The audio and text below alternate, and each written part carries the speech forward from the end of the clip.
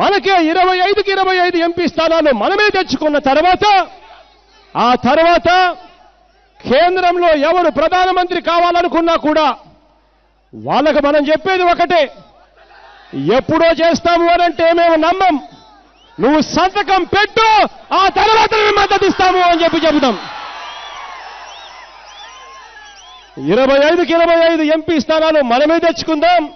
ఆ తర్వాత ప్రత్యేక హోదా ఎలా రాకుండా పోతుందో కూడా గట్టిగా చూస్తామని చెప్పి కూడా చెప్పండి. 5 సంవత్సరాలు ఒకరికి అధికారం ఇచ్చి చూశాం, ఇంకొక 5 సంవత్సరాలు ఇంకొకరికి అధికారం ఇచ్చి చూశాం. 5 సంవత్సరాలు చంద్రబాబు గారికి అధికారం ఇచ్చి చూశాం, 5 సంవత్సరాలు జగన్ రెడ్డికి అధికారం ఇచ్చాం. వీళ్ళిద్దరిలో ఎవరికి మళ్ళీ ప్రత్యేక హోదా కోసం కొట్లాడాలి అన్న చిత్తశుద్ధే లేదు. ప్రత్యేక హోదా రాలేదు, మనకు పోలవరం ప్రాజెక్టు రాలేదు, మనకు రాజధాని రాలేదు, విశాఖ రైల్వే జోను కాలేదు, Visakha to Chennai industrial corridor కాలేదు, ఉత్తరాంధ్రకు రాయలసీమకు ఎకనామిక్ ప్యాకేజీలు రాలేదు. ఒక్కటంటే ఒక్క వాగ్దానం కూడా మనకు నెరవేరలేదు.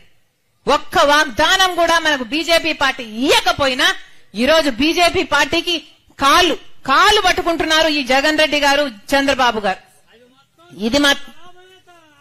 ఇది ఆగాలి అనే చెప్తున్నాం. మనకు ప్రత్యేక హోదా రావాలి అన్నా, మనకు పోలవరం ప్రాజెక్టు పూర్తి కావాలి అన్నా, మనకు రాజధాని కావాలన్నా, మన రాష్ట్రం బాగుపడాలన్నా, మన వ్యవసాయం పండుగ కావాలన్నా, మన రైతులకు మళ్లీ రుణమాఫీ జరగాలన్నా, మన బిడ్డలకు ఉద్యోగాలు రావాలన్నా, ఇవన్నీ ఒక కాంగ్రెస్ పార్టీకి మాత్రమే సాధ్యమవుతుంది అని నేను మనస్ఫూర్తిగా విశ్వసిస్తున్నా. ఒక రాహుల్ గాంధీ గారే చెప్పారు, తాను ప్రధానమంత్రి అయిన రోజున మొట్టమొదటి సంతకం ఆంధ్రప్రదేశ్ కు చెందిన ప్రత్యేక హోదా ఫైలు మీదనే పెడతాను అని. ఆ మాట పట్టుకొని వచ్చింది రాజశేఖర్ రెడ్డి బిడ్డ మీ దగ్గరికి. చెప్తున్నాం, మళ్లీ చెప్తున్నాం, మనకు ప్రత్యేక హోదా వస్తేనే పెద్ద పెద్ద పరిశ్రమలు వస్తాయి. మన ఆంధ్ర రాష్ట్రం ముఖ చిత్రం మారిపోవాలి అంటే మనకు ప్రత్యేక హోదా సంజీవిని లాంటిది.